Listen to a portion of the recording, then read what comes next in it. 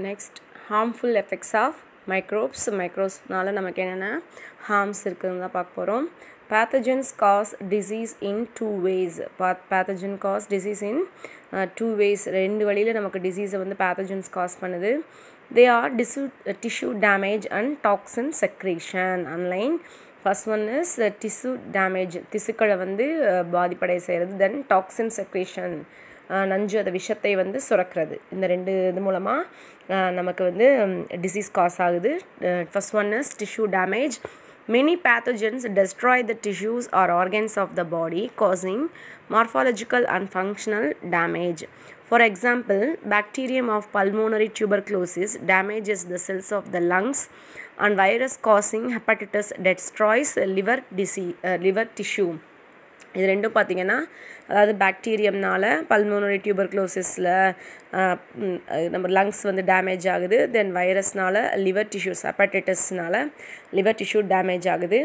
Toxin secretion. Many pathogens secrete poisonous substances called toxins which cause tissue damage leading to diseases. என்னதுன்னா சில pathogen பார்த்திங்கன்னா நம்ம உடம்புல டாக்ஸின்ஸை வந்து பாய்சனஸ் சப்ஸ்டன்ஸாக இருக்கக்கூடிய டாக்ஸின்ஸை வந்து செக்ரீட் பண்ண வச்சு நமக்கு வந்து என்ன ஆகுதுன்னா அந்த டிஷ்யூஸ் வந்து டேமேஜ் ஆகி நமக்கு டிசீஸை ஏற்படுத்துது. Let us now study about the causative organism, mode of infection, occurrence, symptoms and preventive measures of a few airborne, waterborne, vector-borne and sexually transmitted diseases. நம்ம நெக்ஸ்ட் நம்ம பார்க்க போகிறது மைக்ரோப்ஸ்னால நமக்கு என்னென்ன டிசீசஸ் வருதுன்னு பார்க்க போகிறோம். அது மட்டும் இல்லாமல் என்ன பேத்தஜன்னால் அதோட காசட்டிவ் ஆர்கானிசம் நோய், அந்த நோயை ஏற்படுத்தக்கூடிய அந்த நோய் கிருமியோட பேர் என்ன, மோட் ஆஃப் இன்ஃபெக்ஷன் எப்படி அந்த இன்ஃபெக்ஷன் நமக்கு உருவாகுது, அக்கரன்ஸ் அதோட இருப்பிடம் வாழிடம் எப்படி இருக்குது, சிம்டம்ஸ் அதோட அறிகுறிகள் என்ன, ப்ரிவென்டிவ் மெஷர்ஸ் எப்படி நம்ம அதை வந்து தடுக்கலாம், அது எதனால் நமக்கு பரவுதுன்னா ஏர்பார்னில் காற்றின் மூலம், வாட்டர்பார்ன் நீரின் மூலம், வெக்டர்பார்ன் ஆர்கானிசம் மூலமாக, தென் செக்ஷுவலி டிரான்ஸ்மிட்டட் டிசீசஸ் பற்றி தான் நம்ம ரிமைனிங் லெசனில் இன்றைக்கி பார்க்க போகிறோம்ப்பா. ஃபர்ஸ்ட் பார்த்திங்கன்னா airborne diseases. Human beings inhale atmospheric air. ஆமாம் தானே, ஹியூமன் பீயிங்ஸ் வந்து நம்ம வளிமண்டல காற்றை வந்து சுவாசிக்கிறோம். Due to continuous inhalation of contaminated air, the chances for airborne microorganisms to find a host and cause infection are higher. நம்ம கண்டினியூஸாக கண்டாமினேட்டட் ஏரை வந்து நம்ம இன்ஹேல் பண்ணிகிட்டே இருக்கும்போது ஆட்டோமேட்டிக்காக அந்த ஏர் வழியாக மைக்ரோ ஆர்கானிசம் நமக்கு வந்து இன்ஃபெக்ட் ஆகிறதுக்கு வாய்ப்புகள் அதிகம்.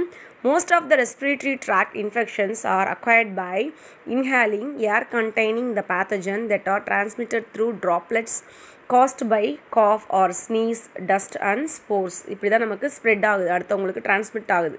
ஒருத்தவங்க வந்து இப்போ இன்ஃபெக்ட் ஆகிட்டாங்கன்னா அவங்கலேருந்து எப்படி அடுத்தவங்களுக்கு டிரான்ஸ்மிட் ஆகுதுன்னா ட்ராப்லெட்ஸ் நீர்த்துளிகள், நம்ம இன்ஃபெக்டட் பர்சன் மூலமாக நீர்த்திவளைகள் மூலமாக எப்படி அந்த நீர்த்திவளைகள் உருவாகுதுன்னா காஃப், இருமல், ஸ்னீஸ், தும்மல், தென் டஸ்ட்டு, அப்புறம் ஸ்போர்ஸ், இதன் மூலம் நமக்கு இன்ஃபெக்ஷன் ஆகுது.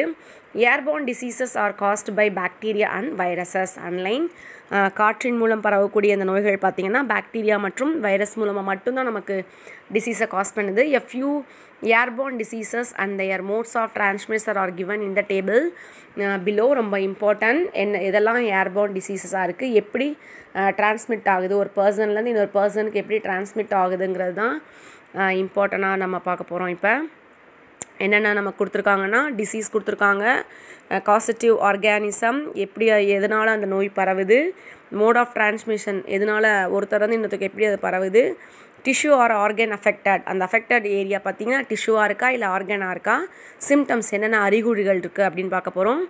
மெயின் டிசீஸ் ஏர்பார்ன் பார்த்திங்கன்னா காமன் கோல்டு, சாதாரண சளி, influenza, measles, mumps, chicken pox. சரியா, இதெல்லாம் இந்த அஞ்சுமே பார்த்திங்கன்னா நமக்கு ஏர்பார்ன் டிசீஸாக இருக்குது. டிசீஸ் காமன் கோல்டு பார்த்திங்கன்னா rhino virus. Online important. Rhino virus எப்படி நமக்கு மோட் ஆஃப் டிரான்ஸ்மிஷன் பார்த்தோம்னா ட்ராப்லெட் இன்ஃபெக்ஷன், நீர்த்திவளைகள் மூலமாக அது இன்ஃபெக்ஷன் வருது.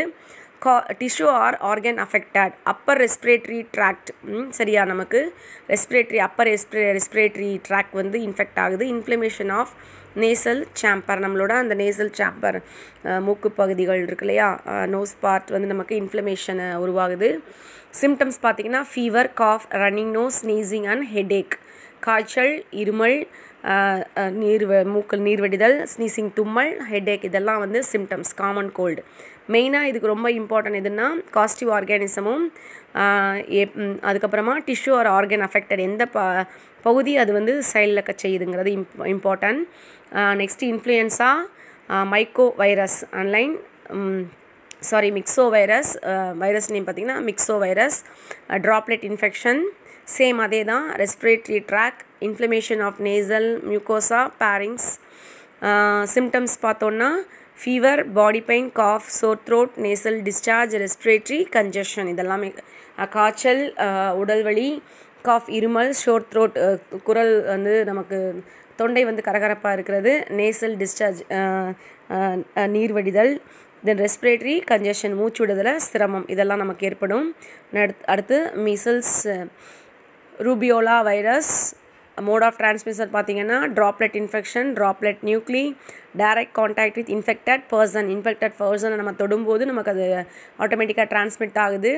அஃபெக்டட் பார்த்திங்கன்னா ரெஸ்பிரேட்டரி ட்ராக், நம்ம மூச்சு விடுற அந்த ட்ராக் நம்ம சுவாசிக்கிற அந்த ட்ராக் வந்து இன்ஃபெக்ட் ஆகுது. Symptoms eruption of small red spots or rashes in skin, cough, sneezing, redness of eyes, conjunctiva, pneumonia, bronchitis இதெல்லாம் நமக்கு அந்த சளி தொந்தரவு சேர்ந்து நமக்கு ரேஷஸும் பாடியில் வந்து வர ஆரம்பிக்கிறோம். சரியா? தென் மம்ஸ். நெக்ஸ்ட் வந்து பார்த்திங்கன்னா மம்ஸ் பார்த்திங்கன்னா myxo virus, parotitis, droplet infection, droplet nuclei and direct contact with infected person. Same மிசில்ஸ்க்கு என்ன இருக்கோ அதே தான் இதுவும் அப்பர் ரெஸ்பிரேட்டரி ட்ராக்ட் இன்ஃபெக்ட் பண்ண வைக்கிது. சிம்டம்ஸ் பார்த்தோன்னா enlargement of parotid gland, movement of jaw becomes difficult.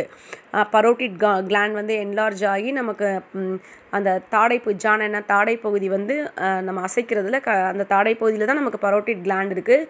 So அந்த கிளாண்டு என்லார்ஜ் ஆகும்போது நமக்கு இந்த தாடையை வந்து அசைக்கிறதுல நமக்கு கஷ்டம் ஏற்பட்டுரும். சரியா? நெக்ஸ்ட் வந்து chicken box, Chinnammai, வெரிசெல்லா zoster virus, droplet infection, droplet nuclei and direct contact with infected person இது எல்லாமே அம்மை கூட சேர்ந்தது. மிசில்ஸ், மம்ஸ், சிக்கன் பாக்ஸ் எல்லாமே அம்மை நோய் கூட சேர்ந்தது தான். சரி, அதெல்லாம் சேம். மேக்ஸிமம் பார்த்திங்கன்னா mode of transmission, affected area, symptoms எல்லாமே ஓரளவுக்கு எல்லாம் ஒரே மாதிரி தான் இருக்கும். இதுவும் ரெஸ்பிரேட்டரி ட்ராக்டை வந்து அஃபெக்ட் பண்ணுது. சிம்டம்ஸ் பார்த்தோன்னா eruption of the skin, fever and uneasiness. சரியா? அந்த ஸ்கின்ல வந்து சின்ன சின்ன அரிப்புகள் இருக்கிறது, அப்புறம் ஃபீவர் இருக்கும்.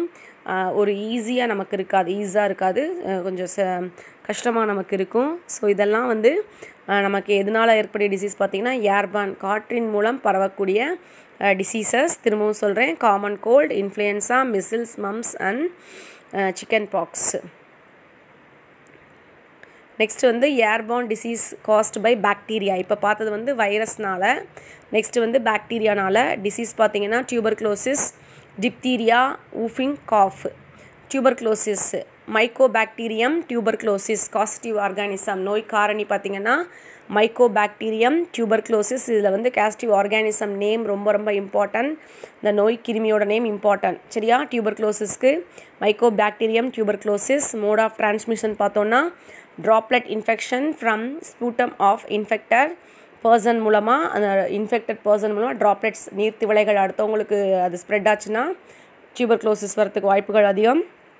டிஷ்யூ ஆர்கன் அஃபெக்டட் பார்த்திங்கன்னா லங்ஸ், நுரையீரலை பாதிக்குது. சிம்டம்ஸ் பெர்சிஸ்டன்ட் காஃப்னா தொடர்ச்சியாக இருமிகிட்டே இருக்குது, கண்டினியூஸாக அவங்க வந்து காஃப் இருந்துகிட்டே இருக்கும். செஸ்ட் பெயின்ஸ், ஆட்டோமேட்டிக்காக நமக்கு அந்த இருமிகிட்டே இருக்கும்போது செஸ்ட் பெயின் வந்துடும். Loss of weight and appetite, உடல் எடை குறைதல்.